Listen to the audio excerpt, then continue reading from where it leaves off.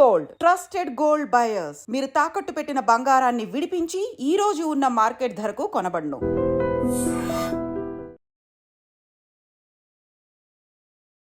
శ్రీ గరుడ అయోధ్య మందిర్ చూస్తున్నారుగా, విశాఖ అందాల సాగర తీరం.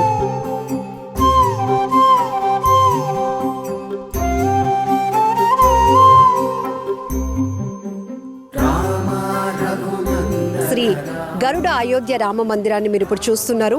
అసలు విశాఖలో ఆధ్యాత్మికతను మరింతగా పెంపొందించాలి, జై శ్రీరామ్ నినాదం మారుమ్రోగాలనే కాన్సెప్ట్తో ఇక్కడ ఈ నమూనా ఆలయం అయితే రూపుదిద్దుకుంటోంది. ఇంత అత్యద్భుతంగా దీని నిర్మాణం కూడా ఒక ప్రత్యేకతతో కూడుకున్నదని చెప్పొచ్చు. 5 ఇంజనీర్స్, 15 మంది ఆర్కిటెక్చర్స్, 325 మంది సిబ్బంది ఏకదాటిగా నిర్విరామంగా చేతి పనితో రూపుదిద్దుకుంటున్నటువంటి ఈ ఆలయం గురించి మరిన్ని వివరాలు అడిగి తెలుసుకుందాం. శ్రీ గరుడ అయోధ్య మందిర్ నుంచి దుర్గా ప్రసాద్ గారు మనతో పాటు ఉన్నారు. సో నమస్తే అండి. ఎస్, జై శ్రీరామ్. ఇక్కడ ఇలా చూస్తూ ఉంటేనే అత్యద్భుతంగా అనిపిస్తోంది. ఒకవైపు సాగర తీర అందాలు, మరొక వైపు ఆధ్యాత్మికత. ఎందుకు విశాఖపట్నంలో ఈ మందిరం ఏర్పాటు చేయడానికి కారణం? ఇది ఫస్ట్ ఆఫ్ ఆల్ ఏంటంటే ఐ డ్రీమ్ ప్రేక్షకులకి నమస్కారాలండి. ఇది ఇక్కడికి రాముల వారిని తీసుకురావడానికి గల కారణం ఏంటంటే, ముందు ఫస్ట్ ఆఫ్ ఆల్ మేము ఇక్కడ వైజాగ్లో ప్రాజెక్ట్ చేసే ముందు మేము ప్రయాగ్రాజ్లో చేస్తున్నామండి. ప్రయాగ్రాజ్లో చేసిన తర్వాత మాకు అక్కడ వచ్చిన భక్తజనానికి కానీ, కుంభమేళకు వచ్చిన భక్తుల దగ్గర నుంచి మాకు వచ్చిన ప్రశంసలు కానీ అన్ని రకాలుగానే మాకు చాలా ఆనందదాయకం అనిపించిందండి. ఇంకొకటి ఏంటంటే, ఇంకొక ముఖ్యమైన విషయం ఏంటంటే, మాకు ఇక్కడ అయోధ్య రామ మందిరాన్ని మన తెలుగోడిగా ఉండి మన తెలుగోళ్ళతనంలో రామతత్వాన్ని ఇంకా పెంపొందించాలనే ఒక కోరికతో ఇతర రాష్ట్రాల్లో ఉండే దానికంటే కూడా మన తెలుగు రాష్ట్రాల్లో ఇంకా ఎక్కువగా రామతత్వం ఉందని అందరికీ తెలియజేయాలనే ముఖ్య ఉద్దేశంతో మన వైజాగ్లో మేము పెట్టాలని నిర్ణయించుకుని మనం వైజాగ్ తీసుకొచ్చామండి. అంటే విశాఖ సాగర తీరంలో 3 నెలల పాటు ఈ ఆలయం అందుబాటులో ఉంటుంది. దానికోసం అహర్నిశలు ఇక్కడైతే సిబ్బంది శ్రమిస్తున్నారు. అసలు ఈ మంచి కాన్సెప్ట్ ఒక తెలుగు వాళ్ళగా, అది కూడా విశాఖపట్నానికి మన అయోధ్య మందిర్ని తీసుకురావాలనేటటువంటి ఒక గొప్ప ఆలోచన ఏ కంపెనీ చేపడుతుంది? ఈ యొక్క ఆలోచన అనేది నా ఒక్కడిది కాదండి, నా వెనకాల కూడా చాలామంది ఉన్నారండి. దానికి ఒక గరుడ గ్రూపుతో సంబంధికులైన బిజ్వాష్ అని ముంబై వాస్తవ్యులు ఉన్నారండి, బిఆర్ శెట్టి గారని. వాళ్ళు మేము కలిపి ఈ యొక్క ప్రదర్శనని ప్రతి రాష్ట్రంలోనే చేయాలన్న నిర్ణయంతో సంసిద్ధమై మనం వైజాగ్లో పెట్టడం జరిగిందండి. ప్రస్తుతం నిర్మాణ దశలో ఉన్నప్పుడే ఆ నిర్మాణం తీరు ప్రతి ఒక్కరిని ఆకట్టుకుంటుంది. ఎక్కడా కూడా ఒక సిమెంటు, ఇసుక ఏమీ కనిపించడం లేదు. అలానే ప్రతి ఒక్కరు చేతి పనితో నిర్మిస్తున్నటువంటి ఆలయం ఏంటి ఆ స్పెషల్? దీని ముఖ్య ఉద్దేశం ఏంటంటే, పూర్తిగా చేతితో మానవుడు అనేది ఏదైనా చేయగలడు అన్న దానికి నిదర్శనంగా ఇది చేయడం జరుగుతుందండి. ఇంకొక విషయం ఏంటంటే, దీనికి ముఖ్య కారణం ఏంటంటే, ఇందులో పనిచేసే ప్రతి ఒక్కరూ కూడా చదువుకున్న వ్యక్తులే పనిచేయడం ముఖ్య కారణం అండి. తర్వాత దీనికి ఈ రామ మందిరం తాలూకా స్ట్రక్చర్లో ఎక్కడా మేము ఐరన్ వాడింది లేదండి. తర్వాత ఈ యొక్క రామ మందిరానికి వాడిన వస్తువులు ప్రతిదీ కూడా ప్రకృతి సిద్ధంగా సంబంధించినవి తప్ప మేము ప్రకృతికి పాడు చేసేవి ఏమీ మేము వాడలేదు. దీనికి వాడినవి కూడా వెదురు బొంగులు, కట్టే కట్టులు కూడా మేము క్లాత్నే నైలాన్ తాడుని కానీ ప్లాస్టిక్ తాడుని కానీ మేము వాడలేదండి. అన్ని రకాలుగాను ప్రకృతి సిద్ధంగా దొరికిన వస్తువులనే మేము ఉపయోగించి చేయడం అనేది ముఖ్య కారణం అండి. దీనికి ప్రయాగ్రాజ్లో ఏర్పాటు చేసిన రామ మందిరానికి, ఇక్కడ మన విశాఖ సాగర తీరంలో ఏర్పాటు చేసిన గరుడ అయోధ్య మందిర్కి ఏమైనా డిఫరెన్సియేషన్ ఉందా కన్స్ట్రక్షన్లో కానీ? ప్రయాగ్రాజ్లో చేసింది గరుడ గ్రూప్ అండ్ బిజ్బేషేనండి. ఇక్కడ బిజ్బేషో గరుడ గ్రూపే చేస్తుందండి. ఇక్కడికి అక్కడికి కొద్దిగా మోడిఫికేషన్ ఏం చేసామంటే ఆ ప్రయాగ్రాజ్లో చేసింది పైన పిరమిడ్లకి అన్నట్లకి కూడా క్లాతింగ్తో అయితే అవుట్లుక్ బాగా వస్తుందన్న ఉద్దేశంతో మన చేనేత కాటన్తోనే చేసామండి.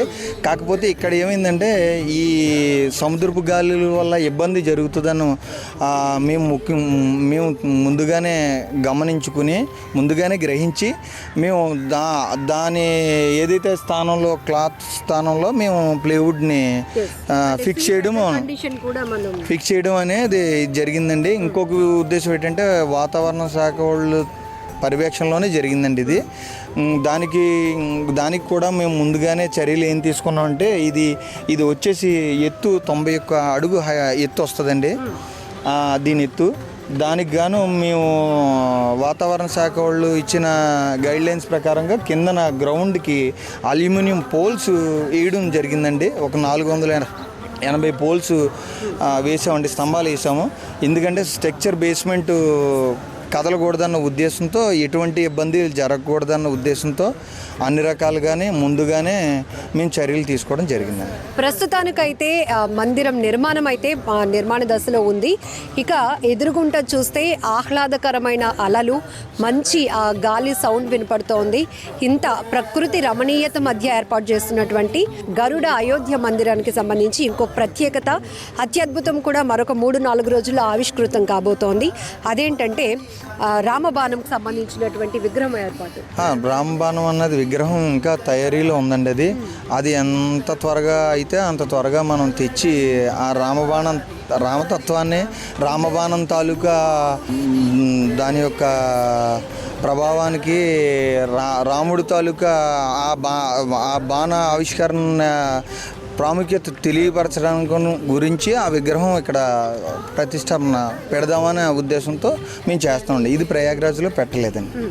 సో పర్టికులర్గా ప్లేస్ గురించి కూడా మనం ఈ ఎన్విరాన్మెంట్ కూడా ఇంత అత్యద్భుతంగా ఎంతమంది భక్తులు వచ్చినా కూడా హ్యాపీగా ఈ ఎన్విరాన్మెంట్ని ఎంజాయ్ చేయాలి. మరొక వైపు రామ భక్తిని తమ గుండెల్లో నింపుకోవాలనేది పెద్ద కాన్సెప్ట్. సో ఎంత ప్రెమిసెస్లో ఈ కన్స్ట్రక్షన్ అవుతుంది? ఇది ముఖ్య కారణం. ఈ రామ మందిరం గురించి ఎంతైతే మనం చెప్పుకుంటున్నామో ఈ యొక్క స్థలం గురించి కూడా అంతే విధంగా చెప్పుకోవాలండి. ఎందుకంటే ఈ యొక్క స్థలాన్ని ఒక పెద్ద వ్యక్తి అయిన, ప్రముఖ వ్యాపారవేత్త అయిన ఏటీ రాయుడు గారు, కీర్తిశేషులైన ఏటీ రాయుడు గారు వాళ్ళ తనయుడు అవినాష్ గారు మనకి ఈ రాములు వారి మీద ఉన్న అతని భక్తిభావంతో మాకు ఇవ్వడం జరిగిందండి. ఇది రామ మందిరం గురించి ఇవ్వడం వల్ల వాళ్ళ లాన్ అవనే వాళ్ళ ప్లేస్మెంట్ చాలా ఇబ్బంది అయింది. కానీ అవన్నీ కూడా అతను సహించి మాకు రామ మందిరం పెట్టడానికి మాకు పూర్తి సహకారం అవినాష్ గారు అందివ్వడం జరిగిందండి. దానికైతే మట్టుకు మాకు చాలా ఆనందదాయకం అండి. మనకి ఇంత ప్రదర్శన జరగడానికి ఈ పనివారు ఎంతైతే కష్టపడుతున్నారో వాళ్ళందరినీ గుర్తించి ముందుగానే ఈ గుడిని పెట్టడం వల్ల ఎంత భక్త జనం వస్తారన్న దానికి గాను ఈ చుట్టూ కూడా వచ్చిన వాళ్ళు వెళ్ళడానికి ఎటువంటి ఇబ్బంది లేకుండా ఆ అవినాష్ గారు ముందు జాగ్రత్తగా ముందు చర్యలు తీసుకుని వాళ్ళకి మాకు అంత సహకారం అందించారండి ప్లేస్ పరంగా అయితే. సో ప్రయాగ్రాజ్ తర్వాత ప్రజల కోరిక అండ్ మీ యొక్క అభిప్రాయం, ఆలోచన మన విశాఖలో ఏర్పాటు చేయాలని ముఖ్య కారణం అండి. ప్రయాగ్రాజ్లో జరిగిన తర్వాత మన తెలుగు వాళ్ళు అన్నది ఇప్పుడు బయట ఇతర రాష్ట్రాలే జై శ్రీరామ్ అని అంటుంటే మన తెలుగు రాష్ట్రాల్లో ఉన్న ప్రతి గ్రామాల్లోనే రామాలయం లేని ఊరంటూ ఎక్కడ ఉండదు మనకి. ఇప్పుడు ఏమి గుడి ఉంటే ఆ ఒక్క రోజుకే రామ అనే అటువైపు ఉన్న ఆ రాష్ట్రాల్లో ప్రతిరోజు రామ ఉదయం లేవగానే జై శ్రీరామ్ అనే నినాదంతో మనం మొదలైన వాళ్ళు మనం ఇంకా ఇదితో ఆధ్యాత్మికంగా ఉంటాం కాబట్టి అది మనకు అందించాలన్న కోరికతో మనం ఇక్కడ పెట్టడం జరిగిందండి. సో ఇది ఎలా హెల్ప్ అవుతుందంటారు? అంటే ఇంకాస్త యువతలో కూడా ఒక ఇన్స్పిరేషన్గా మారటం, అలాగే రామనామస్మరణ ప్రతి ఒక్క తెలుగు వాళ్ళ నుంచి వినిపించాలి. అది కూడా విశాఖ సాగర తీర అలల హోరును దాటి నామస్మరణ పునఃస్మరణ కోసం మీరు ఆలోచిస్తున్నటువంటి గొప్ప నిర్ణయం ఇది. సో మీరు ఎందుకు అంత పర్టికులర్గా రాముడి పట్ల అంత కనెక్టింగ్తో ఉన్నారు? ఏమైనా ఎక్స్పీరియన్స్? ఏం లేదండి, ప్రతి శ్రీరామనవమికి మా ఊరిలో పల్లకి మోయడం అండి. పల్లకి మోయడం అంటే ఒక వరం. ఇప్పుడు అంతమంది కుర్రోళ్ళలోనే మనం పల్లకి నాకు ఇవ్వండి అని పల్లకి పట్టుకుని మనం తిరిగి వెళ్ళాం. అలాంటిది రాములు వారు నాకు ఈ భాగ్యాన్ని ఇప్పుడు మన ఇండియా మొత్తం మీద ఎవరికి దక్కంది అక్కడ మోదీ గారు రామ మందిరం కట్టించి అంత పేరు ప్రఖ్యాతులు మన ఇండియాకి తీసుకొచ్చారండి మోదీ గారు. అలాంటి అంత పెద్ద వ్యక్తికి దక్కిన గౌరవం చిన్న ఉడతా భక్తిగా నేను ఈ రామ మందిరాన్ని ఇక్కడ పెట్టడం నేను దానికి నిదర్శనంగా తీసుకున్నానండి, అంతేని. సో శ్రీ గరుడ అయోధ్య రామ మందిర్ గురించి ఇన్ని విశేషాలు తెలుసుకున్న తర్వాత ఇంతకీ ఎప్పుడు ప్రారంభం కాబోతోంది, మేము ఎప్పుడు రావాలి అనేది కదా మీ డౌట్. సో ఎప్పుడు ప్రారంభం కాబోతోంది? ఇప్పుడు దాకా మేము కూడా సందిగ్ధంలో ఉన్నామండి. ఇప్పుడు మనం యుద్ధం జరుగుతూ ఉన్నది, పాకిస్తాన్తో యుద్ధం జరుగుతూ ఉన్నది. ఈ గడియల్లో మనం పెట్టి ఇక్కడ మొదలు పెట్టడం వల్ల భక్తులు రావడం వల్ల ఈ ఇబ్బంది ఏమన్నా జరుగుతుందేమో అని ఈ రెడ్ అలర్ట్లో మన వైజాగ్ ఉండడం వల్ల మేము దానికి గాను మాకు అయ్యే ఖర్చులు, మాకు అయ్యే దానివల్ల బాధలు, ఇబ్బందులు బోల్డ్ చాలా ఉన్నాయి.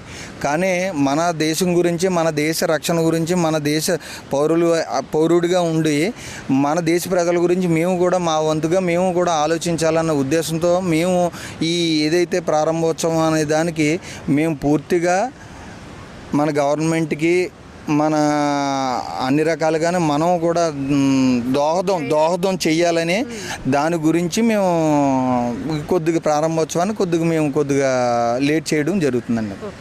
So thank you so much అండి దుర్గాప్రసాద్ గారు. జై శ్రీరామ్. సో ఇంత ఇన్ఫర్మేషన్ చూసిన తర్వాత ప్రతి ఒక్కరిలో రామనామం ఉప్పొంగుతోంది కదా, ఖచ్చితంగా చెప్పుకోవచ్చు. వివిధ రాష్ట్రాల వాళ్ళే జై శ్రీరామ్ నినాదాలు చేస్తుంటే మన తెలుగు వాళ్ళం ఖచ్చితంగా మన దేశాన్ని రక్షిస్తున్నటువంటి ఆ రామనామాన్ని స్మరించుకోవాల్సిన అవసరం ఖచ్చితంగా ఉంది. అందుకే విశాఖలో తెలుగు వారి కోసం, తెలుగు ప్రజల కోసం, తెలుగు భక్తుల కోసం ఇక్కడ శ్రీ గరుడ అయోధ్య మందిరాన్ని ఏర్పాటు చేస్తున్నాం. ప్రస్తుతం పాక్ భారత్ మధ్య నెలకొన్నటువంటి పరిస్థితుల నేపథ్యంలో ప్రారంభ తేదీని కాస్త వాయిదా వేస్తున్నాం.